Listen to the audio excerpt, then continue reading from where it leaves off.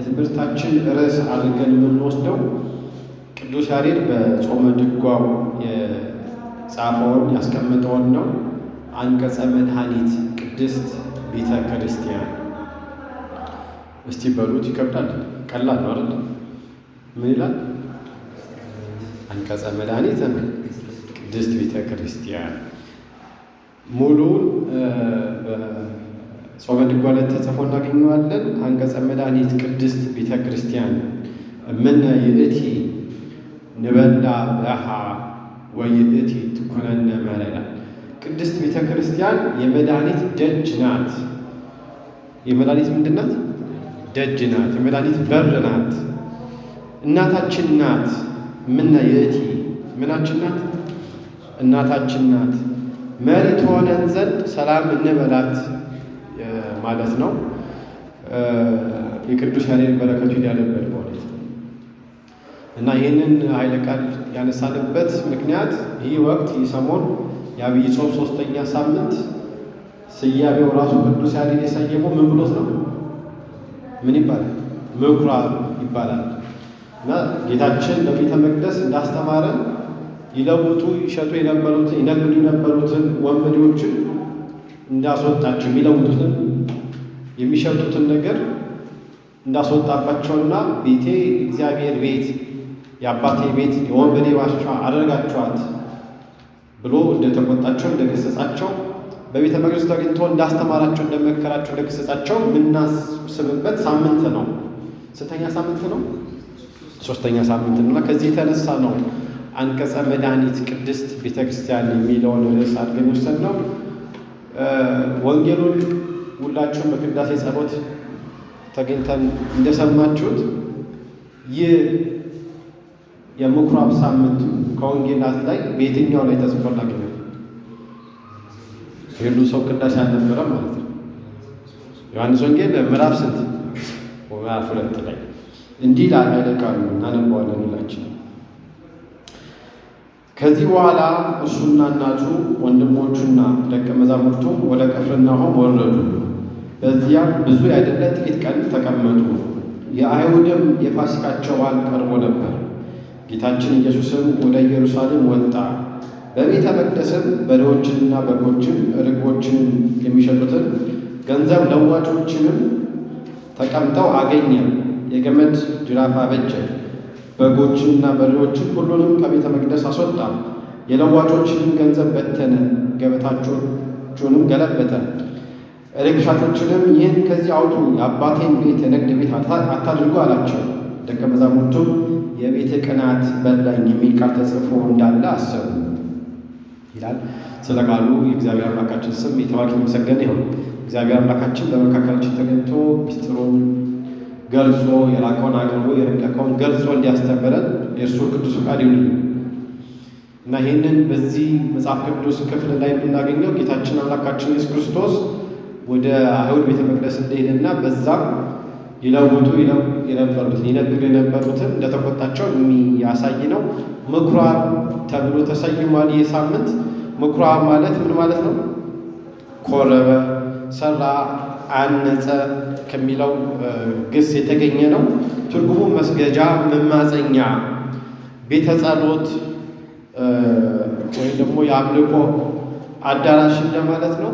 ከታላቁ ቤተ መቅደስ የሚያንስ ነው።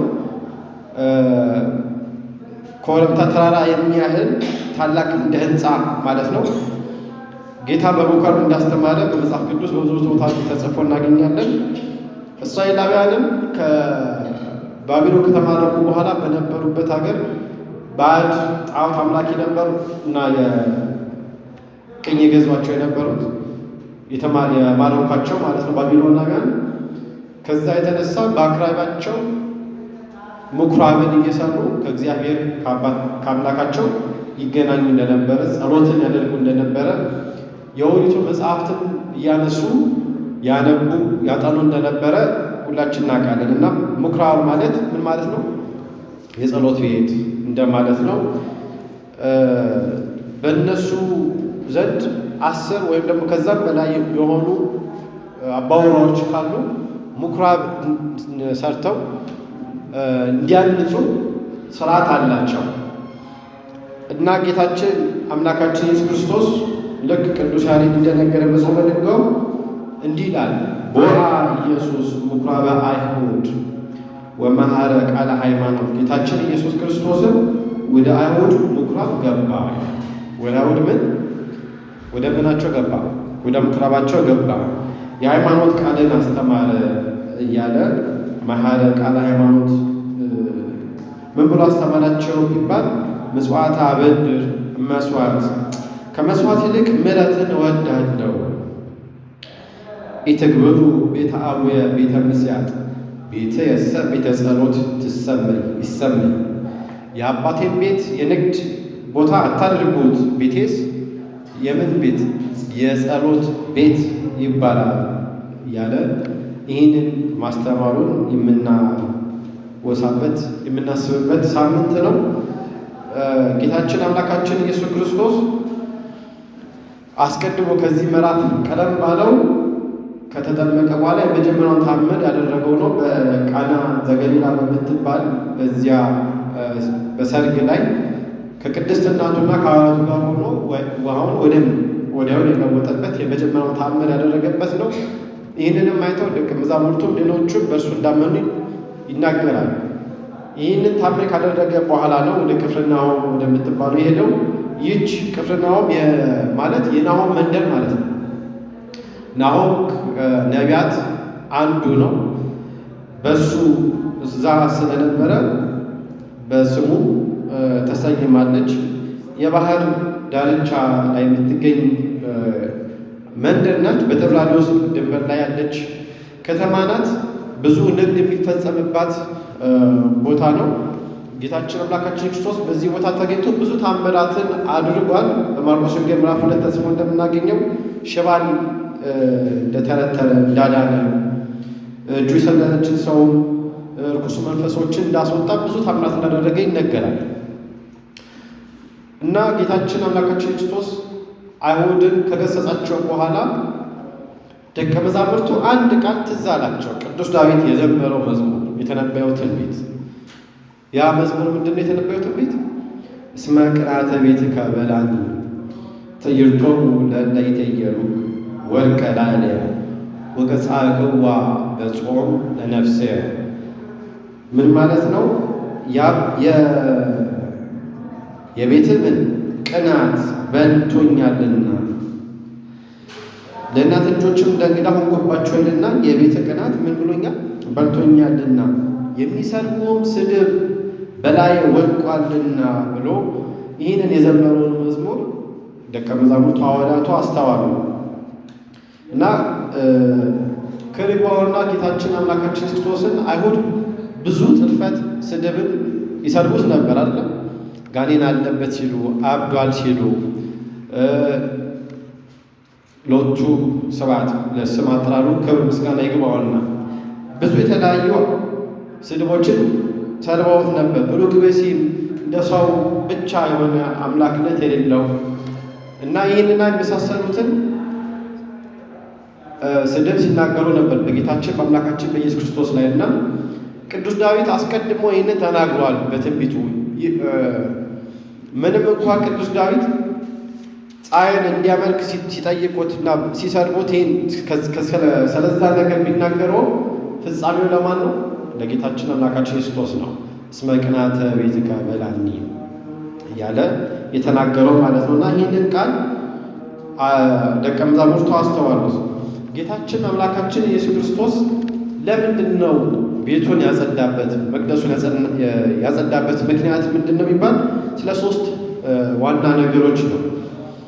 የመጀመሪያው በወቅቱ የነበሩት በመጽሐፍ ቅዱስ ክፍል ላይ እንደምናገኘው ሊቃነ ካህናት ዋና ዋና የሚባሉትን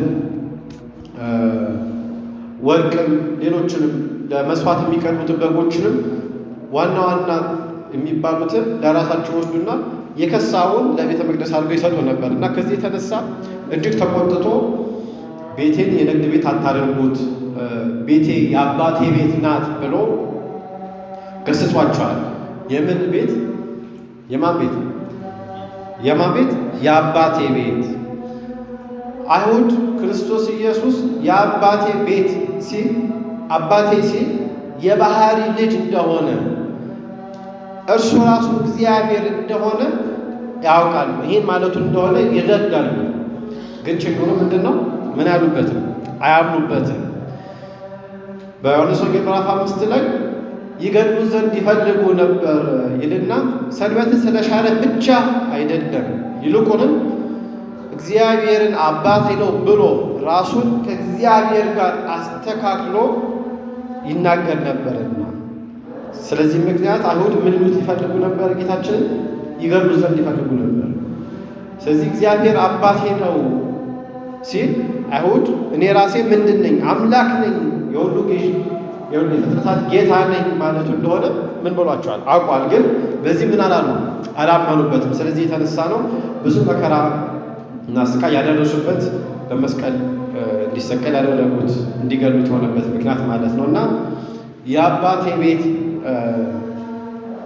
የጸሎት ቤት ይባላል ብሎ ተናገረ። እና በዚህ ጸሎት ቤት ቅዱስ የሆነው እግዚአብሔር ይመለክበታል አይደለም? መስዋዕት ይቀርብበታል። እና የንግድ ቤት አታድርጉት አለ። ለምን ቢባል ገበያ እንኳን ቢሆን አንድ ቀን ማትረፍ አለ አይደለም? በገበያ ነጋዴዎች ካላችሁ ሁሌ ማትረፍ አለ። አንዳንድ ቀን ምን ይባላል? ኪሳራ ሊኖር ይችላል። በቤተ ክርስቲያን የእግዚአብሔር ቤት በሆነችው በቤተ መቅደስ በቤተ ክርስቲያን ግን ኪሳራ የሚባል ነገር አለ? ሁሌ ምንድን ነው? ትርፍ ነው። በእውነት የነፍስ የሥጋ ብቻ አይደለ፣ የነፍሳችንን የምናተርፍባት ቤተ ክርስቲያን ናች እናታችን ቅድስት ቤተ ክርስቲያን። እና ከዚህ የተነሳ ነው ሥጋውን ብቻ ታስቡ ማለት ነው። በገበያ አንድ ቀን እርካታ ሊኖር ይችላል፣ ደስታ ሊኖር ይችላል። አንድ ቀን ረሃብ፣ ሐዘን ሊኖርበት ይችላል። በቤተ ክርስቲያን ሐዘን የሚባል ነገር የለም። ለነፍሳችን ሐሴትን፣ ደስታን የምናገኝባት ቤት የማን ቤት ናት? እግዚአብሔር ቤት ቤተ ክርስቲያን ናት። በገበያዎች ሽንገላ አለ አይደለም? ውሸት አለ የለም? እንግዲህ ሁላችሁም የምታውቁት ነው አይደል? ብዙ ነገር የተቀየጠ የተቀላቀለ የተዋሸ ያው ገበያውን ስለምታውቁት ማለት ነው። ውሸት የበዛበት ሽንገላ የበዛበት ነው ገበያ። ይህን ውሸት የበዛበትን ሐሰት የሞላበትን ገበያ የንግድ ቤት በማን በእግዚአብሔር ዘንድ ሊፈጸም አይገባም ብሎ ስለዚህ ከዚህ የተነሳ ገስጿቸዋል ማለት ነው። እና ገበያ ውስጥ ስስት አለ፣ ራስ ወዳድነት፣ ፍቅረ ነዋይን መውደድ አለ። የኃጢአት ርዕሶች ከሚባሉት ውስጥ ማለት ነው። እና የኃጢአት ምክንያት ከሆኑት ከነዚህ ውስጥ ቤቴ የአባቴ ቤት ነው፣ የጸሎት ቤት ነው፣ ይህንን ከዚህ አታደርጉ፣ የሥጋ ንግድ አታደርጉበት ብሎ ከዚህ የተነሳ በመቅናት ቤቱን ያጸዳበት ምክንያት ከዚህ የተነሳ ነው። እና ጌታችን አምላካችን ኢየሱስ ክርስቶስ በመዋዕለ ሥጋዌ እንደውም በመከራ በመስቀሉ ጊዜ አይሁድ መራቃቸውን ሲተፉበት፣ ሲሰርቡት፣ ሲገርፉት ቃል ተናግሯል። በመስቀል ተሸክመው ወደፊት ወደኋላ ሲያንገላቱት መታወት ማን ነው የመታ ማን እንደመታ እወቅ ተናገር ሲሉት አንዲትን ቃል አልተናገረም። በሸላቾቹ ፊት እንደማይናገር በግ ምን አለ? ዝም አለ ተብሎ እንደተጻፈ በነቢዩ ኢሳይያስ ማለት ነው። ግን ጌታችንና ክርስቶስ የተቆጣበት ምክንያት ምንድን ነው? ቃል የተናገረበት ምክንያት ምንድን ነው? የቤተ ክርስቲያንን ጉዳይ ስለሆነ ማለት ነው። ቤተ ክርስቲያንን በገዛ ጎኑ ዋጃት የመሰረታት ስለሆነች ቤተ ክርስቲያን የመሰረታት ማን ነው? ጌታችን አምላካችን ኢየሱስ ክርስቶስ ነው። እና ከዚህ የተነሳ ያንን መከራ ሲደርስበት ዝም ያለ ምንም ያልተናገረ አምላካችን በቤተ ክርስቲያን ጉዳይ ሲሆን ዝም ማለትን አልወደደም። ይልቁንም ገሰጻቸው፣ ገለባበጠባቸው፣ የሚሸጡትን ይለውጡት የነበረው ማለት ነው። እና ስለ መጀመሪያው ምክንያት ስለዚህ ነው። ሁለተኛው ስርዓተ ኦሪት ወይም ደግሞ መስዋዕተ ኦሪት ማለፉን ሲያሳይ ነው። በዛ በቤተ መቅደስ ሲሸጡ ይለወጡ የነበሩ ለመስዋዕትነት የሚሆኑ በኦሪት ጀምሮ የነበሩ እንስሳቶች ነበሩ አይደለም? በላም፣ ጊደር፣ ሌሎችም ርግብንም ጨምር ማለት ነው። እና እኔ አሁን መጥቻለሁኝ እውነተኛው መስዋዕት የእግዚአብሔር በግ ብሎ ቅዱስ ዮሐንስ መጥምቅ እንደገለጸው ያ የኦሪቱ መስዋዕት ሕይወት አለው እንዴ? ከሞተ በኋላ ሊነሳ ይችላል። ዘላለማዊ ነው? ዘላለማዊ አይደለም። ያ አልፏል። ዘላለማዊ የሆነው እውነተኛ ሥጋዊ ዘላለማዊ ሕይወትን የሚያሰጥ መስዋዕት ማነኝ? እኔ ነኝ ሲል ነው። ያ የኦሪቱ መስዋዕት እንዳለፈ በእሱ እንደተተካ ሲያጠይቅ ጠፊ የሆኑትን የብሉይ ኪዳን መስዋዕት ከቤተ መቅደስ ማስወጣቱ ከዚህ የተነሳ ነው። ይህንን በቅዳሴ ማርያም ላይ ተጽፎ እናገኛለን። በድርሰቱ ላይ እንደ ቀደሙ አባቶች ያለ መስዋዕት አይደለም፣ በበግ በላም በጊደር እንዳለ አይደለም። ይልቁንም ምንድን ነው? እሳት ነው እንጂ እሳት ውእቱ ምንድን ነው? እሳት ነው። እሳት በላይ ለአማጽያን ለይክዱ ስሞ ለአመፀኞች ስሞ ለሚከዱት ምንም የሚባላ እሳት ማያዊ ለለያምኑ በስሙ ለሚያምኑት ደግሞ የሚያድን እሳት ብሎ ቅዱስ ሕርያቆስ አባታችን እንደገለጸ ማለት ነው። ስለዚህ ጌታችን አምላካችን ኢየሱስ ክርስቶስ ቤተ መቅደሱን ያጸዳበት ምክንያት ሁለተኛ ምንድን ነው? የኦሪቱ መስዋዕት እንዳለፈ በሱ እንደተተካ ሲያጠይቀን ነው። ሶስተኛው ደግሞ ሰውነታችንን ራሳችን ንጹሕ እንድናደርግ ነው። ቅዱስ ጳውሎስ በሮም መልእክቱ በላከው ላይ ምዕራፍ 12 ላይ ወንድሞች ሆይ ሰውነታችሁን ንጹሕ ቅዱስ መስዋዕት አድርጋችሁ ታቀርቡ ዘንድ በእግዚአብሔር ርኅራኄ ለምናችኋለሁ፣ ይህም ደስ የሚሰኝ አገልግሎታችን ነው ይላል። ክርስቲያኖች እኛ ሁላችን ሰውነታችንን ንጹሕ ቅዱስ መስዋዕት አድርገን እናቀርብ ዘንድ ይገባል። የቤተ ክርስቲያን የክርስቶስ ትእዛዝ ነው።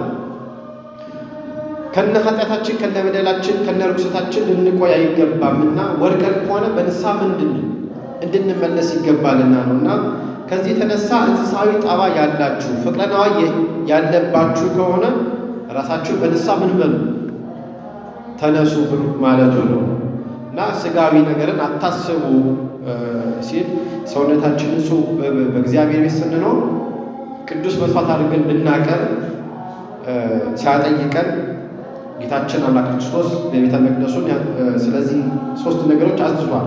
አምልኮት የተጀመረው እንደምታውቁት ሁላችንም በመላእክት አእምሮ ነው። የአምልኮ ማረፊያ መነሻውን መዳረሻው የሆነው አእምሯችን ነው። እግዚአብሔር ልባችንን አጥብቆ ይፈልጋል። ምክንያቱም ለእግዚአብሔር የምንገዛለት በምናችን ስለሆነ በመንፈስ በአእምሯችን ስለሆነ ማለት ነው እና መላእክት ከዚህ የተነሳ በራሳቸው አውቀው ፈቅደው በአእምሯቸው ለእግዚአብሔር ተገዝተው ነበር። ወደ ሰው ልጆች ሲመጣ ደግሞ በተጻፈ ሕግ አልተሰጠውም ነበር አዳም አይደለም መጀመሪያ። ይልቁንም ያ የእግዚአብሔር ሕግ በምኑ ተጽፎ ነበር? በልቡ ሰሌዳ ላይ ተጽፎ ነበር። ከአዳም ቀጥሎ የተነሱም አበው በዘመነ ሙሴ ደግሞ ኦሪት የተሰኘችው ሕግ ተጻፈ በሙሴ አማካኝነት። እነዛን የኦሪት መጽሐፍትን የእግዚአብሔር ሕግ ያሉባቸውን አገኘን። ከዛም በኋላ ከዚህ ሲያያዝ እስከ ማን ይደርሳል? እስከ ሰሎሞን ይደርሳል። የመጀመሪያው ቤተ መቅደስ የሰራ ማን ነው? እግዚአብሔር ቤተ መቅደስ ሰሎሞን ነው። በአንደኛ ነገሥት ምዕራፍ 8 ላይ ተጽፎ እናገኛለን እና በድንቅ ሁኔታ ሰራ የእግዚአብሔር ቤተ መቅደስ። ይሁንና ይህ ቤተ መቅደስ እስራኤላውያን በባቢሎን በተጋዙ ጊዜ በተማረኩ ጊዜ ምን ብሏል? ተቃጥሏል። ከሰሎሞን በኋላ ሁለተኛውን ቤተ መቅደስ የሰራው ማን ነው? ዘሩባቤል ነው። ይህ ቤተ መቅደስ 46 ዓመት የፈጀ ነው። ኋላ ላይ እንመጣበታለን። አይሁድ ይህንን ክርስቶስ ያደረገውን ተመልክተው ስለምን ታደርጋለህ ብለው ጠይቀውት ነበር እና ምን ታሳያለህ? ምን ምልክት ታደርጋለህ ብለው ጠይቀውት ጌታችን ምን ብሎ መልሶላቸዋል? ይህንን ቤተ መቅደስ ምን በሉት? አፍርሱት። ምን እላለሁ? በሶስተኛው ቀን ምን እላለሁ? አስነሳዋለሁ ብሎ መለሰላቸውና እነሱም ደግሞ ይህ ቤተ መቅደስ 46 ዓመት የተሰራ ነው። 46 ዓመት የተሰራ ቤተ መቅደስ በ3 ቀን አፍርሼ አስነሳዋለሁ ትላለህ፣ አነጻዋለሁ ትላለህ ብለው ጠየቁት። ደቀ መዛሙርቱ ግን ኋላ ላይ ይህንን ስለ ራሱ ሰውነት ማለቱን አስተዋሉ ይላል እና ከሰሎሞን በኋላ ዘሩባቤል የተሰኘው በመጽሐፈ ዕዝራ ምዕራፍ 3 ላይ ተጽፎ እናገኛለን። ሁለተኛው ቤተ መቅደስ ሰርቷል ጌታችን። በዚህ ቤተ መቅደስ ነው እንግዲህ ርግቦችን ይሸጡት የነበሩትን የገሰጻቸው፣ ገበታቸውን የገለባበጣባቸው ማለት ነው። እና ይኸው ቤተ መቅደስም በ70ኛው ዓመተ ምህረት ጌታችን አምላክ ክርስቶስ ከተነሳ ካረገ በኋላ በሮም ንጉሥ እንደፈረሰ እናገኛለን። እና ጌታችን ያስተማረበት ታምራት ያደረገበት ይኸው ቤተ መቅደስ ነው። በ12 ዓመቱ ከሊቃውንቱ ጋር ተቀምጦ ተገኝቶባታል። እድሜው 30 ዓመት ሲሆንም በዚህ ቤተ መቅደስ ተገኝቶ እንዳስተማረበት፣ በአህያ ላይ ተቀምጦ ልዩ ታምራት ምልክትን እንዳሳየበት ማቴዎስ ወንጌል ምዕራፍ 21 ላይ ተጽፎ እንደምናገኘው ማለት ነው። እና ብዙ ታምራት እንዳደረገበት፣ እንደገና ደግሞ ጅራፍ አበጅቶ ነጋዴዎችን እንዳባረረበት፣ በዕለተ ዓርብ ደግሞ በተሰቀለ ጊዜ የዚሁ ቤተ መቅደስ መጋረጃ ለስንት ተከፈለ? ለሁለት እንደተከፈለ ቅዱስ ወንጌል በቅዱስ ወንጌል ተጽፎ እናገኛለን ማለት ነው። እና ምኩራብና ቤተክርስቲያን ምንድን ነው የሚያገናኛቸው ቢባል የምኩራብ ፍጻሜው ለቤተ ክርስቲያን ነው። የምኩራብ ፍጻሜ ለማን ነው? ለቤተ ክርስቲያን ነው። ይኸውም ይታወቅ ዘንድ ጌታችን አምላካችን ኢየሱስ ክርስቶስ በተሰቀለ ጊዜ የቤተ መቅደስ መጋረጃ ለምን ተብሏል? ለሁለት ተቀዷል። አዲስ ቤተ ክርስቲያንን እንደሚሰራልን እንደመሰረተልን ሲያሳየን ነው። የአይሁድ ምኩራብ ታቦት የለውም። ቤተ ክርስቲያን ግን አማናዊ ክርስቶስ ኢየሱስ ሥጋና ደም የሚፈተትባት ታቦት አለ። የምኩራብ መሰረት ሕገ ኦሪት ሕገ ሙሴ ነው። ቤተ ክርስቲያን ግን የተመሰረተችው በማን ቃል ነው? በጌታችን በአምላካችን ኢየሱስ ክርስቶስ ቃል ነው። በዚህ ቅዱስ ጳውሎስ ለኤፌሶን ሰዎች በላከው መልእክቱ ምዕራፍ 2 ቁጥር 20 ላይ በሐዋርያትና በነቢያት መሰረት ላይ ምን ብላችኋል? ታንጻችኋልና የማዕዘኑ ራስ ድንጋይ ማን ነው? ክርስቶስ ኢየሱስ ነው ይላል። ስለዚህ ምኩራብ የተመሰረተው የምኩራብ መሰረት ሕገ ሙሴ ነው። የቤተ ክርስቲያን ግን የተመሰረተችው በማን ቃል መሪነት ነው ማለት ነው? በጌታችን። ትዝ ይላችሁ ከሆነ በሐዋርያትን ሰብስቦ ጌታችን ክርስቶስ ሰዎች ማን የሰው ልጅ ማን ይሉኛል ማን ይሉታል ብሎ ጠይቋቸው መልስ ሰጥተውት ነበር አይደለም? ግማሹ ኤርምያስ ነው ይሉሃል፣ ኢሳይያስ ነው ይሉሃል፣ ኤልያስ ነው ይሉሃል፣ ሙሴ ነው ይሉሃል ብለው ከመለሱላቸው በኋላ እናንተስ ማን ትሉኛላችሁ ብሎ ሲጠይቃቸው ቅዱስ ጴጥሮስ አንተ ሕያው የእግዚአብሔር ልጅ እንደሆንክ ምን እንላለን እናምናለን ብሎ መሰከረ። በዚህም ጌታችን ተደንቆ የዮና ልጅ ስምዖን ነው ይህንን ምስጢር ሥጋና ደም አልገለጠልም የሰማይ አባቴ ነው እንጂ፣ እነሆ አንተ ምንድን ነህ? አለት ነህ። በአንተ አለትነት ላይ ምንን እሰራለሁ? ምንን ቤተክርስቲያን እሰራለሁ ብሎ እንደመሰከረ እናያለን። እና ቤተክርስቲያን የተመሰረተችው በማን ቃልነት መሰረት ነው? በክርስቶስ ኢየሱስ። ይኸውም ቃል ምንድን ነው? ክርስቶስ ኢየሱስ የማን ልጅ እንደሆነ የእግዚአብሔር የባህሪ ልጅ እንደሆነ ማለት ነው። እና የምኩራብ ፍጻሜ ለቤተ ክርስቲያን ነው። ምን ይላል? እስመ መጽሐፍሰ ለምኩራብ ወታውቆ ለቤተ ክርስቲያን። ትንቢት የተነገረባት ለማን ነው? ለምኩራብ ቢሆንም ግን ይህ የተነበየው ትንቢት የተፈጸመባት ደግሞ ምንድ አማናዊት ቅድስት ቤተ ክርስቲያናችን ነው። ምኩራብ አነመት ጸምረ ወቤተ ክርስቲያን ታዝፈቱ። ምኩራብ ለሸመነችው ትንቢት ሱባኤውን ተነገረ በምኩራብ። ያ ተነበየው ትንቢት ደግሞ በማን ተፈጸመ ማለት ነው? በቤተ ክርስቲያን ማለት ነው። እና ቅድስት ቤተ ክርስቲያናችን ጌታችን መድኃኒታችን ኢየሱስ ክርስቶስ በደሙ የዋጃት የመሰረታት ናት። እጅግ ውብ ናት። ውበቷን ቅዱስ ያሬድ ሲያደንቅ እንደዚህ ይላል፣ ሀገረ ክርስቶስ አዳም ወሰናይት ከመፀሐይ ብርህት ወከመ መራት ስርጉት ይበቡ ውስቴታ ደቂቀ እግዚአብሔር ያዕርፉ ለአልያ። እንደ ፀሐይ የምታበራ እንደ ሙሽራ የተሸለመች የእግዚአብሔር ልጆች በውስጧ ገብተው የሚያርፉባት እጅግ ያማረች ውብ የክርስቶስ ሀገር ናት። ማን? ቅድስት ቤተ ክርስቲያን ነው።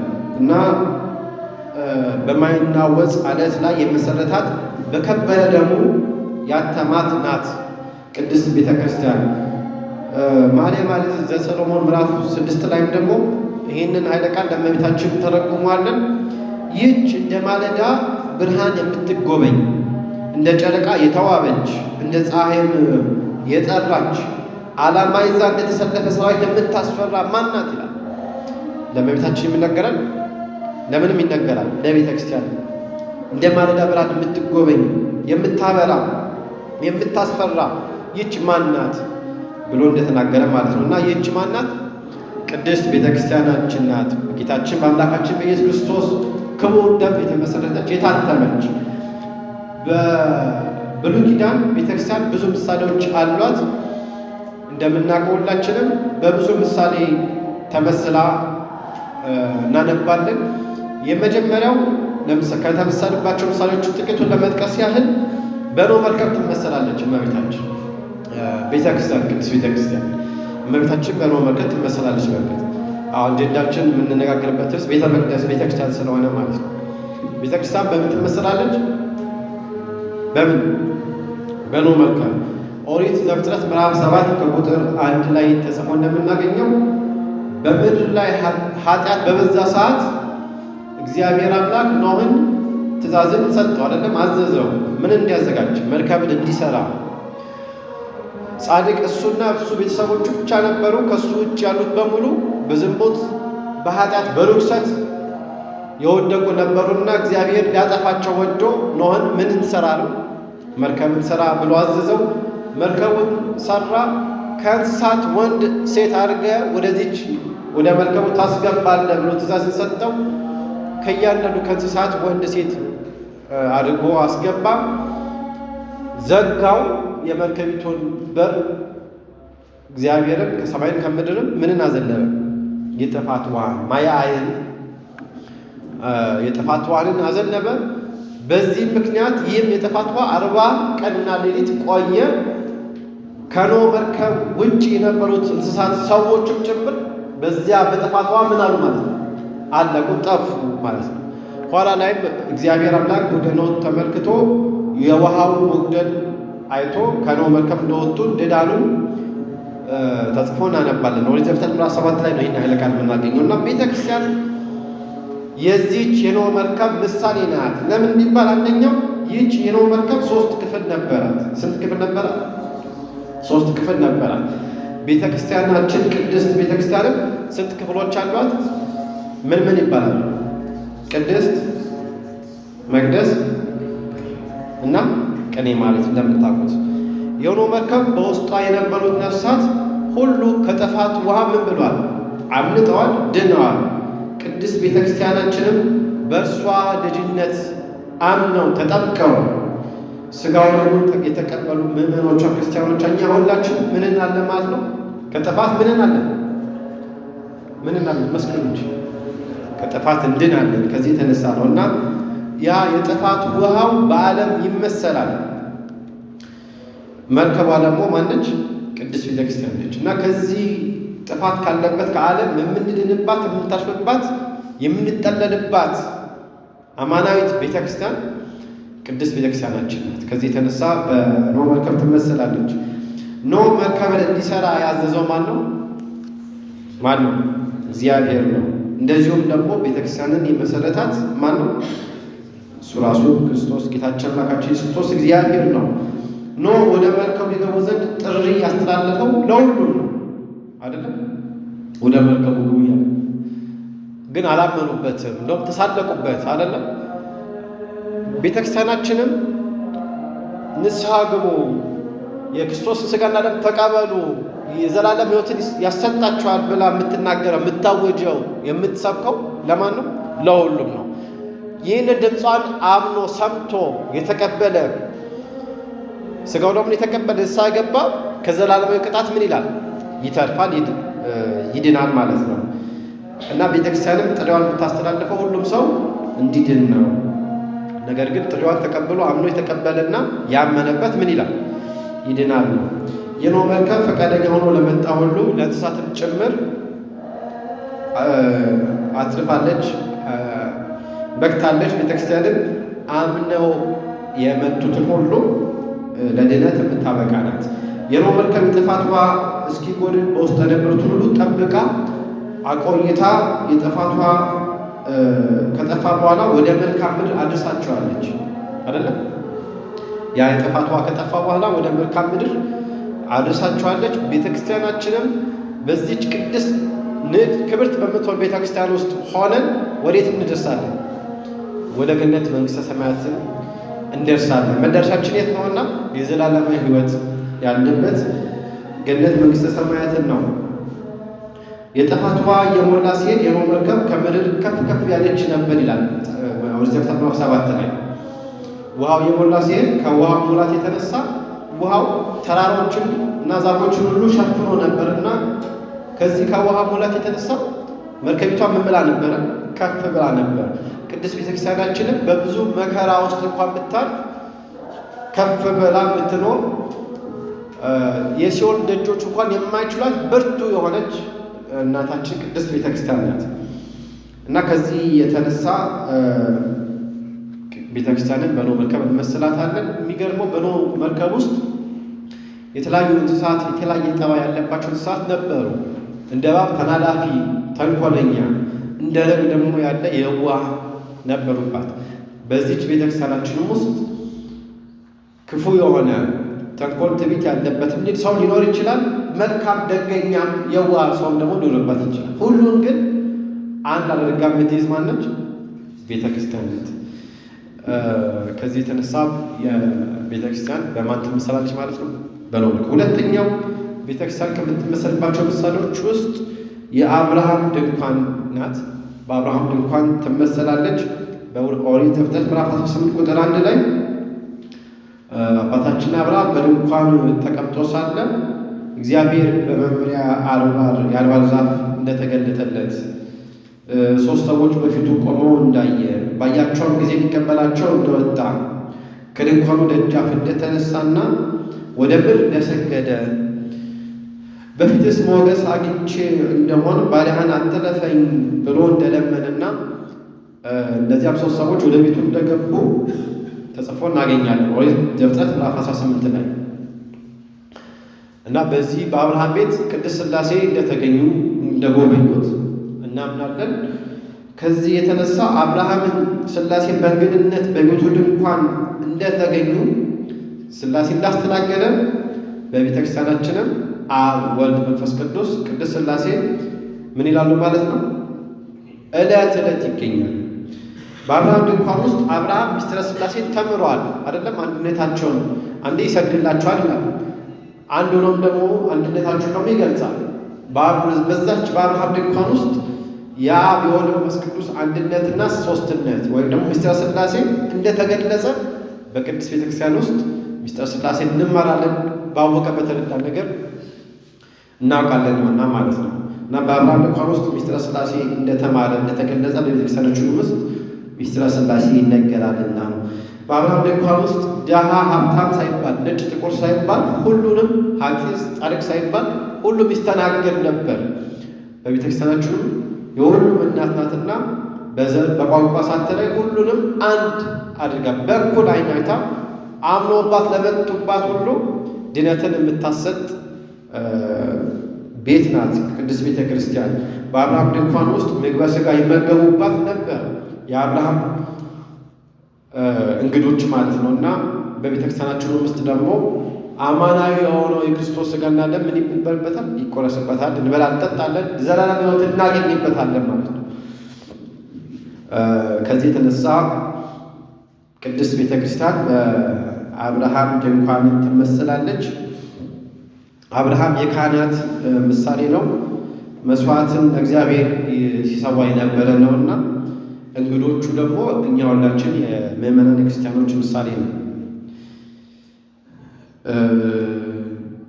ሌላ አብርሃምን ፈትኖታል ሴጣን። በትውፊት መጽሐፍታችን ተጽፎ እንደምናገኘው በትርጓሜ ላይ በዚህ ቀንቶ ሴጣን መስቀለኛ መንገድ ላይ ሆኖ ራሱን ፈክቶ ደም በደም አድርጎ ተቀምጦ ሳለ ወደ አብርሃም ይሄዱ የነበሩት መጻተኞች እንግደኞች ምን ሆነሃል አሉት።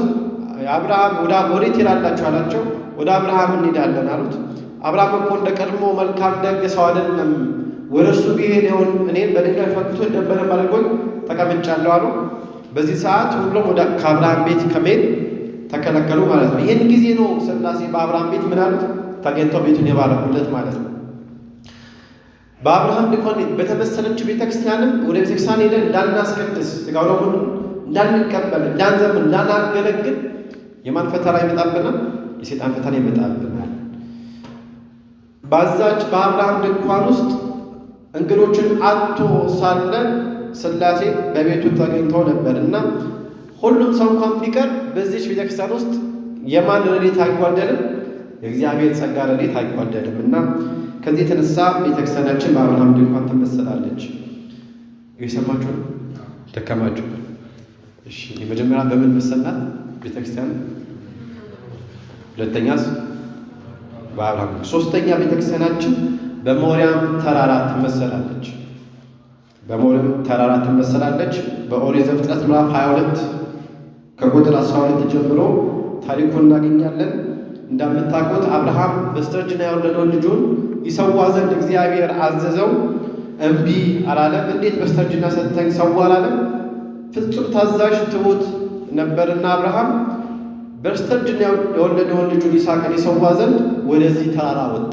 ወደ ተራራ ወደ ሞሪያም ተራራ ወጣ እና በዚህ ተራራ ላይ 3 ቀን 3 ሌሊት ቆዩ።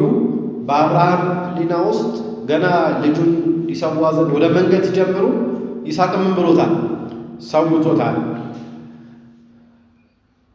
ተራራው ጫፍ ላይ ሲደርሱ ልጁን ይስሐቅን ሊሰዋ ባለ ጊዜ ተው እጅን አንሳ አለውና እግዚአብሔር አምላክ ከለከለው። ይልቁንም በዕፅ ሳለች የታሰረ ምንን ሰጠው? ምንን አስገኘም? በግን፣ ንጹሕ በግን አስገኘው። ያንን እንዲሰዋ አዘዘው። አብርሃምም እግዚአብሔር እንዳለው አዘዘና አብርሃም ቅዱስ ጳውሎስ እንደሚናገረን እንዴት ነው እንዲህ አይነት ጭካኔ ያመጣው ቢባል ስለ ሁለት ነገር። የመጀመሪያው ሰው የገዛ ልጁን ሲሰዋ ያለበትን ጭንቅ መከራ ልናቅ ነው። በማን ምሳሌ ነው ማለት ነው? በአብ ምሳሌ ነው። እግዚአብሔር አብ አንድያ ልጁን እስኪሰጥ እንዲሁ ዓለምን ምን ብሏልና ተብሎ ተጽፏል፣ ወዷልና። እና እግዚአብሔር አምላካችን ከመውደዱ የተነሳ ለሰው ልጆች ካለው ፍቅር የተነሳ አንድያ ልጁን እንዲሰዋ እንዲሞት ሰጥቷል። እና ይህ በሰው ሰውኛ ዘንድ ልንረዳው እንድናውቀው ምንኛ ከባድ እንደሆነ የሚያስጨንቅ እንደሆነ እንድናውቀው በአብርሃም ታሪክ ውስጥ ይህንን ተጽፎ አገኘ። ሁለተኛ ደግሞ በዛች በዕፀ ሳቤቅ ተይዛ የነበረችው በግ ታስሮ አግኝቷል። ይህንን ሰውቶታል። ይህ በግ በመጽሐፍ ቅዱስ በወንጌል ላይ ዮሐንስ ወንጌል ተጽፎ እንደምናገኘው ቅዱስ ዮሐንስ መጥምቅ ካጠመቀው በኋላ ነዋ በጉ ለእግዚአብሔር ዘያትት ኃጢአት ዓለም ነው የዓለም ሁሉ ኃጢአት የሚያስወግድ የእግዚአብሔር በግ ብሎ እርሱ መሆኑን እውነተኛው በግ ጌታችን አምላካችን ክርስቶስ መስዋዕት መሆኑን በቅድስት ቤተክርስቲያን ታስተምራለች። እና ከዚህ የተነሳ የሞሪያም ተራራ በቤተክርስቲያን ምሳሌ ነው። በዛ ሞሪያም በቤተክርስቲያን ላይ በዕፀ ሳቤቅ የታሰረ በግ እንደተገኘ በቤተክርስቲያናችንም አማናዊ የሆነ ክርስቶስ ሥጋና ደም ይገኛል። ለሕይወት ዘላለም ሕይወትን የሚያሰጥ ማለት ነው። እና የተራራ የቤተክርስቲያን ምሳሌ ነው። አብርሃም በሕሊናው ይስሐቅን ቀብሮ ገድሎ ቢላዋ እሳትን ይዞ ሄዶ ነበር። ያቺ ዕፀ ሳቤቅ ደግሞ በጓ የታሰረባት ዕፀ ሳቤቅ ትባላለች። የማን ምሳሌ ነች? የእመቤታችን ምሳሌ ናት። በጉ ደግሞ የማን ምሳሌ ነው? የክርስቶስ ኢየሱስ ምሳሌ ነው። ይስሐቅ የአዳምና የልጆቹ ምሳሌ ነው። እርሱ ሊሰዋ ባለ ሰዓት በእሱ ፈንታ ያ በግ በዕፀ ሳቤቅ የታሰረው በግ እንደታረደ ማለት ነው። እና ከዚህ የተነሳ ነጩ በግ ደግሞ የክርስቶስ ምሳሌ ነው። በይስሐቅ ፈንታ ተሰውቶ አዳምና ልጆቹ እኛ የሰው ልጆችን ሁላችንን ከዘላለም ሞት ባርነት፣ ኃጢአት ከሲኦል ባርነት ምን ብሎናል? ነፃ አውጥቶናል ማለት ነው። እና በሞሪያ ተራራ ላይ ይስሐቅ ያይደለ በጉ እንደተሰዋ በቤተክርስቲያንም ደግሞ የሩቅ ብእሲ ደም ሳይሆን መለኮት የተዋሃደው ነፍስ ግን ምን ያለው የተለየው የጌታችን የአምላካችን የኢየሱስ ክርስቶስ ቅዱስ ሥጋና ክቡር ደም ይፈተትበታል ማለት ነው። ሶስተኛ የሞሪያ ተራራ ቤተክርስቲያናችን። አራተኛው በያዕቆብ ሐውልት ትመሰላለች ቤተክርስቲያን። በያዕቆብ ሐውልት በኦሪት ዘፍጥረት ምዕራፍ 35 ከቁጥር 13 ጀምሮ ታሪኩን እንመለከታለን። ያዕቆብን እግዚአብሔር ተገልጾለት እንደባረከው እንመለከታለን።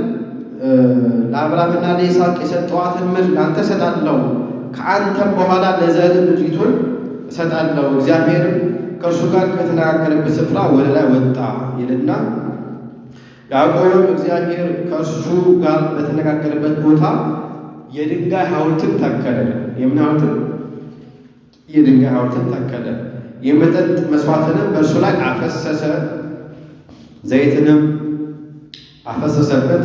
ያዕቆብም ከእግዚአብሔር ከእርሱ ጋር የተነጋገረበትን ያን ቦታ ቤቴል ብሎ ጠራ። ቤቴል ብሎ ጠራ። ኦሪት ዘፍጥረት ምዕራፍ 35 ከቁጥር 13 ጀምሮ ይናል ቃል እናገኘው እና በዚህ ቦታ ላይ ቤቴል ማለት የእግዚአብሔር ቤት ማለት ነው። ቤት ማለት ቤት ነው። እንግዲህ ኤል ማለትስ እግዚአብሔር ማለት ነው። የአምላክ ስም ነው። ስለዚህ ቤቴል ማለት የማን ቤት ማለት ነው? የእግዚአብሔር ቤት ማለት ነው። እና ያቺ ሐውልት እግዚአብሔር ከያዕቆብ ጋር የተናገረባት ስፍራ ቦታዋ ቤቴል የምትባለው የቤተክርስቲያን ምሳሌ ናት። በቤቴል በምትባለው ቦታ እግዚአብሔር ለያዕቆብ እንደተገለጸለት በቅድስት ቤተክርስቲያንም እግዚአብሔር አምላክ በቤተክርስቲያን አምኖ ለቀረበ እግዚአብሔር ይገለጽለታል፣ በረድኤት ይገለጽለታል።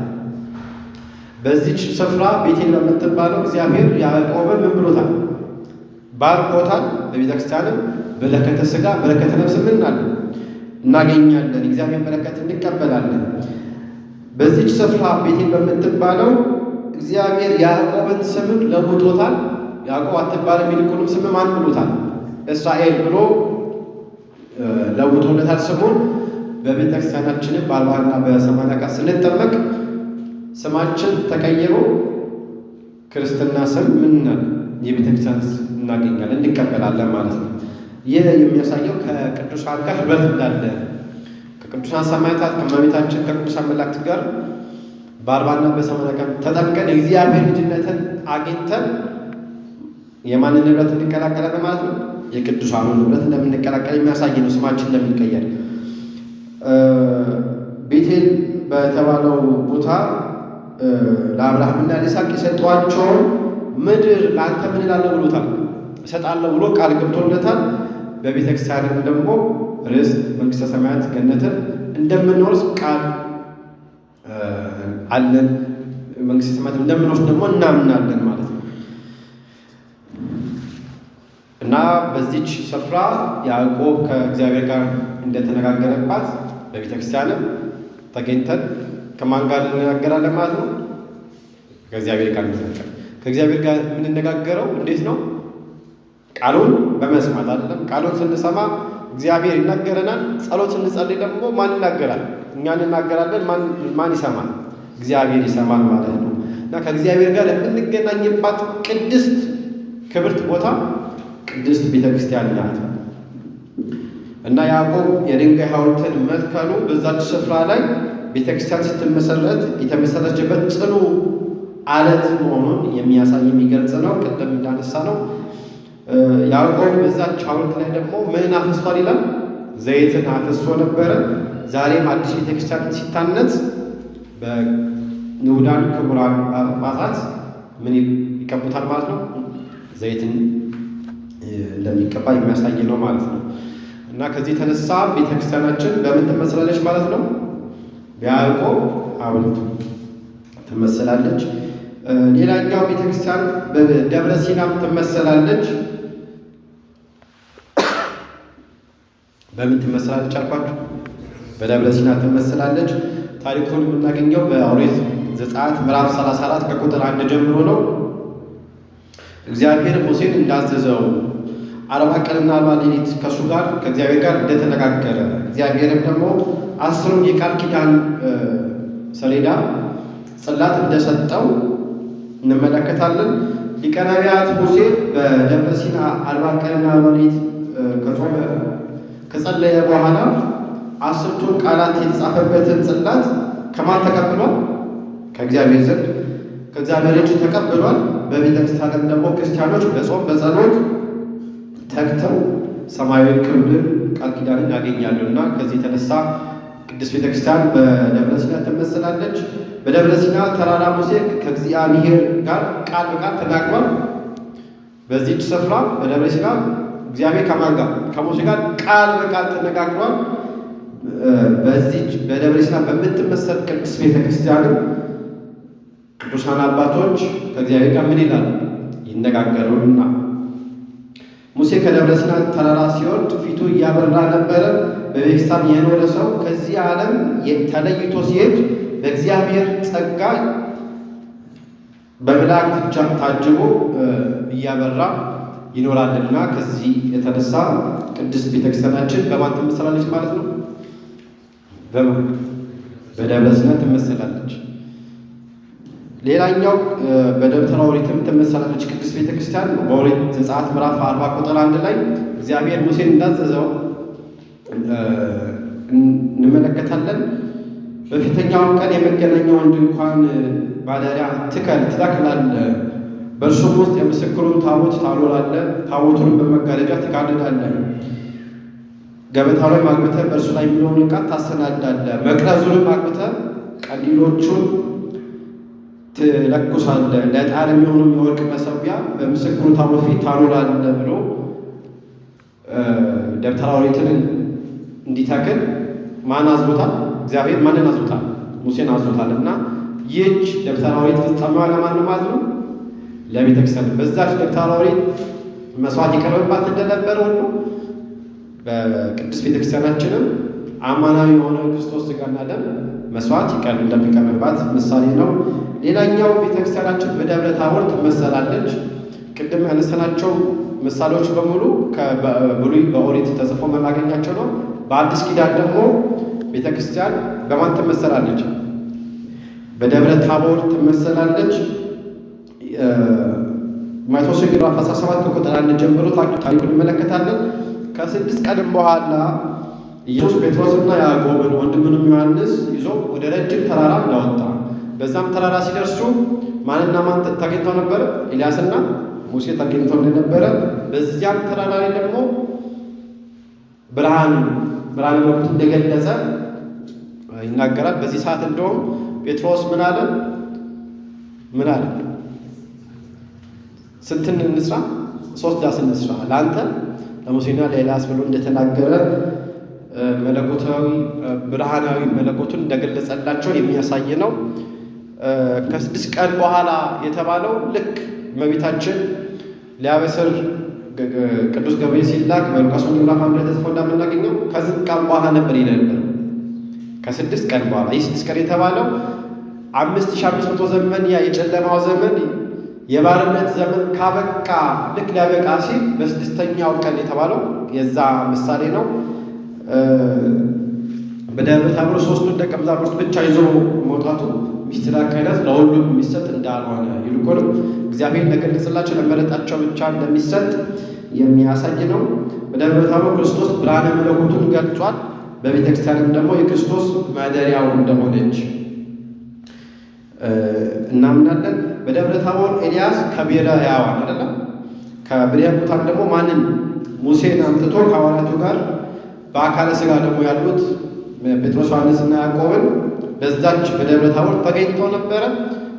በቤተክርስቲያናችንም ደግሞ በአካለ ነፍስ ያሉ ቅዱሳንና በአካለ ሥጋ ያሉ ክርስቲያኖች ከአምላካቸው ጋር የሚገናኙበት ኅብረት የሚፈጽሙባት ቅድስት ክብርት ቦታ ናት።